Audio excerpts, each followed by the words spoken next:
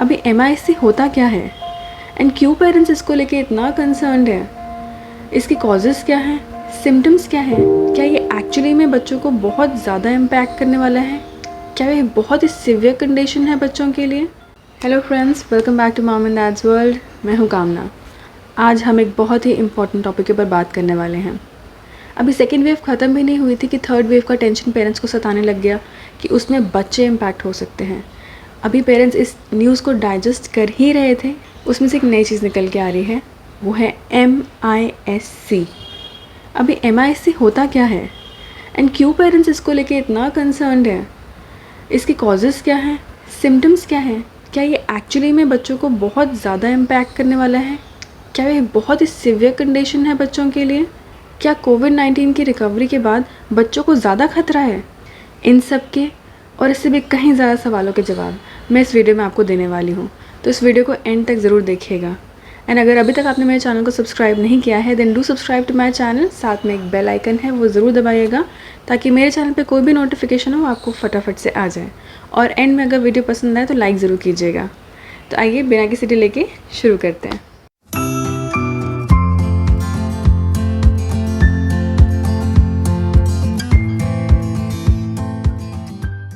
सबसे पहले मैं आपको ये बता दूं कि MIS-C क्या होता है। MIS-C multi system inflammatory syndrome एक सिवियर बट रेयर कंडीशन है बच्चों में, जिसमें बच्चों के डिफरेंट बॉडी पार्ट्स या ऑर्गन्स स्वेल कर सकते हैं, इन्फ्लेमेट कर सकते हैं, जिनमें सूजन आ सकती है। एंड ये बहुत ही सीरियस कंडीशन हो सकती है बच्चों के लिए। वो कोई भी बॉडी पार्ट हो सकता है जो इसके से इफ़ेक्टेड हो, heart, lungs, kidney, liver, brain, eyes, skin, anything. In fact उनके स्टमक, इंटेस्टाइन के ऑर्गन्स भी इसमें बहुत बुरी तरह से इम्पैक्ट कर सकते हैं। ये एक काफ़ी सीरियस बट रेयर कंडीशन है। अगर मैं इसकी कॉज की बात करूं तो कोई ऐसा स्पेसिफिक कॉज निकल के नहीं आया है, क्योंकि ये भी डेटा बहुत कम है, क्योंकि केसेस कंपैरेटिवली बहुत कम है। बट दुनिया भर के साइंटिस्ट लगे हुए हैं इसके कॉज जानने के पीछे कि ये आखिर बच्चों में हो ही क्यों रहा है। अभी जो एक कॉमन रीज़न निकल के आ रहा है वो ये है कि कोविड-19 से जो भी बच्चे रिकवर हो चुके हैं उनमें ये डिज़ीज़ यानी कि ये सिंड्रोम पाया जा रहा है। हालांकि अच्छी बात ये है कि अगर टाइमली पेरेंट्स इस पर एक्शन ले लें एंड बच्चों का ट्रीटमेंट करा लें तो 100% रिकवरी रेट है। बट एक हल्की सी भी लापरवाही बच्चों को बहुत सीवियर कंडीशन में पहुंचा सकती है। इसका एक बहुत ही बड़ा रीज़न ये निकल के आया है कि कोविड-19 से रिकवर होने के बाद जो हमारी बॉडी के अंदर एंटीबॉडीज़ बनती हैं हमें उस इन्फेक्शन से बचाने के लिए, ये वही एंटीबॉडीज़ हैं जो ज़्यादा इम्यून सिस्टम को इफ़ेक्ट कर रही हैं। यानी कि ज़्यादा एंटीबॉडीज़ होने पे इम्यून सिस्टम एक अलग से रिएक्शन दे रहा है, जिसकी वजह से MIS-C यानी कि मल्टी सिस्टम इन्फ्लेमेटरी सिंड्रोम हो रहा है बच्चों में। ये जैसी ही एंटीबॉडीज़ बनती हैं ये एक अलग से एलर्जिक रिएक्शन करती हैं बॉडी में, जिसकी वजह से उनके बॉडी पार्ट्स इन्फ्लेमेट हो जाते हैं। ये इतना बड़ा चिंता का कारण पेरेंट्स के लिए इसलिए बन चुका है क्योंकि मैं अगर स्टैटिस्टिक्स की बात करूं तो 10 से 15 दिन के अंदर ही ये नंबर्स काफ़ी नोटिसेबल नंबर्स हो चुके हैं। जहां ये फर्स्ट वेव में टोटल 120 केसेस ही थे सिर्फ ऑल ओवर इंडिया में, यानी कि हर डिस्ट्रिक्ट या स्टेट से 1-2 केसेस आए थे। ये इस बार 10 से 15 दिन के अंदर ही सिर्फ अगर मैं दिल्ली NCR की बात करूँ तो वहाँ पे ही 250 केसेस के करीब पहुँच चुके हैं। सो ये काफ़ी बड़ा कंसर्न है पेरेंट्स के लिए एंड गवर्नमेंट के लिए कि ऑल ऑफ अ सडन एक नई चीज़ आई है जिसके लिए गवर्नमेंट एंड अथॉरिटीज़ को बहुत अच्छे से प्रिपेयर होना पड़ेगा। साथ साथ पेरेंट्स की अवेयरनेस भी उतनी ही इम्पॉर्टेंट है। साइंटिस्ट एंड डॉक्टर्स के अकॉर्डिंगली ये स्पेसिफिकली एक एज ग्रुप के बच्चों को ज़्यादा प्रॉब्लम हो रही है। वो एज ग्रुप है 3 to 15 ईयर्स। तो अगर आपका बच्चा 3 to 15 ईयर्स की कैटेगरी में बिलोंग करता है तो कोविड-19 की रिकवरी के बाद उसको ज़्यादा रिस्क है। तो आपको ज़्यादा केयर करने की और सिम्टम्स को ध्यान देने की बहुत ज़्यादा ज़रूरत है। अब आप सोचोगे कोविड-19 की रिकवरी के बाद बच्चों में ऐसे कैसे हो सकता है। वो इसलिए हो रहा है कि डॉक्टर्स एंड साइंटिस्ट ने एक चीज़ बहुत ही कॉमन पाई है इन सारे बच्चों में, वो ये है कि इन बच्चों का जब टेस्ट कराया गया एंटीबॉडीज़ का तो वो पॉजिटिव पाए गए। यानी कि उनके अंदर अभी फ्रेश एंटीबॉडीज़ डेवलप हुई ही थी इन्फेक्शन से फाइट करने के लिए।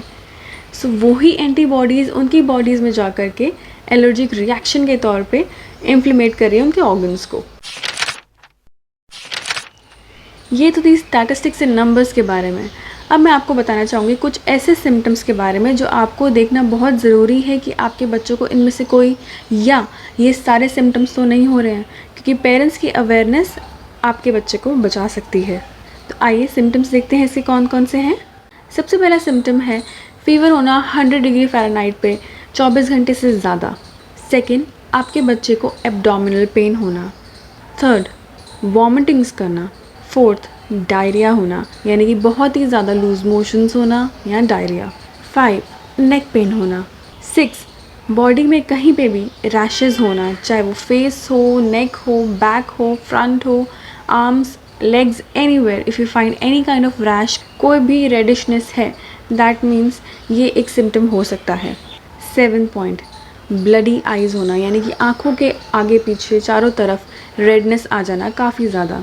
8 पॉइंट, एक्स्ट्रा फटीग या एक्स्ट्रा टायर्डनेस फील करना। 9th पॉइंट, बहुत ही फास्ट हार्ट बीट चलना। 10th point, redness of lips या टंग, यानी कि आपके बच्चे के लिप्स और टंग काफ़ी सूजे हुए आपको दिखाई दे रहे हैं। 11 पॉइंट, हेडेक होना या डिजीनेस होना। ये सारे सिम्टम्स होना या फिर कॉम्बिनेशन ऑफ ये सारे सिम्टम्स होना एक बहुत ही वरी का साइन है, एंड एज अ पेरेंट आपको इमीडिएट एक्शन लेना चाहिए। इनमें से कोई भी सिम्टम्स अगर आपको अपने बच्चे में दिखाई दे रहे हैं तो please reach out to the nearest paediatrician as early as possible. उसमें कोई भी डिले मत कीजिएगा, क्योंकि इसमें हल्का सा भी डिले आपके बच्चे के लिए बहुत ख़तरनाक साबित हो सकता है, क्योंकि डॉक्टर्स एंड साइंटिस्ट ये बता रहे हैं कि अगर इसमें डिले किया जाता है तो बच्चों की कंडीशन बहुत सिवियर हो जाती है। अब मैं आपको बताना चाहती हूँ कि सिवियर सिम्टम्स कौन से हैं, यानी कि बहुत ही ज़्यादा सीरियस सिम्टम्स कौन से हैं बच्चों के अंदर, जो पेरेंट्स को बिल्कुल भी इग्नोर नहीं करना चाहिए एंड उस केस में इमीडिएटली हॉस्पिटल रश करना चाहिए। सबसे पहला सिम्टम है ट्रबल इन ब्रीदिंग, यानी कि उनको सांस लेने में भी बहुत तकलीफ़ हो रही है। दिस मीन्स उनका लंग्स स्वेलन हो सकते हैं। सेकेंड इज़ पेन या प्रेशर पड़ना चेस्ट पे, जो कि जा ही नहीं रहा है, यानी कि उनको कॉन्स्टेंटली अपने चेस्ट में पेन फील हो रहा है या फिर हैवीनेस फील हो रही है। थर्ड, कुछ अजीब स्टेट ऑफ कन्फ्यूजन होना, यानी कि वो समझ नहीं पा रहे हैं क्या हो रहा है, ना किसी चीज़ को रिस्पॉन्ड कर पा रहे हैं ना रिएक्ट कर पा रहे हैं, वो आपको एक कन्फ्यूज स्टेट में दिखाई देंगे। फोर्थ पॉइंट, वो उठ ही नहीं पा रहे हैं, वो जाग नहीं पा रहे हैं, वो उनको नींद ही नींद आई जा रही है, आप जितना भी उठाने की कोशिश कर रहे हैं वो जाग ही नहीं सकते। फिफ्थ पॉइंट, उनके नेल्स या स्किन पेल या ब्लू पड़ जाना, ये भी बहुत सीरियस सिम्टम है। 6 पॉइंट, सेवियर एब्डोमिनल पेन, यानी कि उनके स्टमक में बहुत ही तेज़ दर्द हो रहा है। इनमें से अगर कोई भी सिम्टम है that means it's a sign of worry. Please do not delay and go to the nearest hospital as soon as possible. So guys that's all from my side today. ये कुछ इंपॉर्टेंट चीज़ें थी जो मुझे लगा कि as a parent आपको पता होनी चाहिए and you should be aware of, because at the end आप ही अपने बच्चे को किसी भी प्रॉब्लम से बचा सकते हैं। So please look out for any signs and symptoms and do not ignore any of them, not even a single one. So guys, thank you so much for watching my video. अगर पसंद आया तो please like and subscribe to my channel, and अगर कोई ऐसी चीज़ है जो मैंने मिस कर दी है इसमें एंड आपको नॉलेज है उसके बारे में, then do mention that in the comment section, ताकि मेरे बाकी व्यूअर्स को हेल्प मिल सके। Thank you so much for watching my video. Until next video, ciao.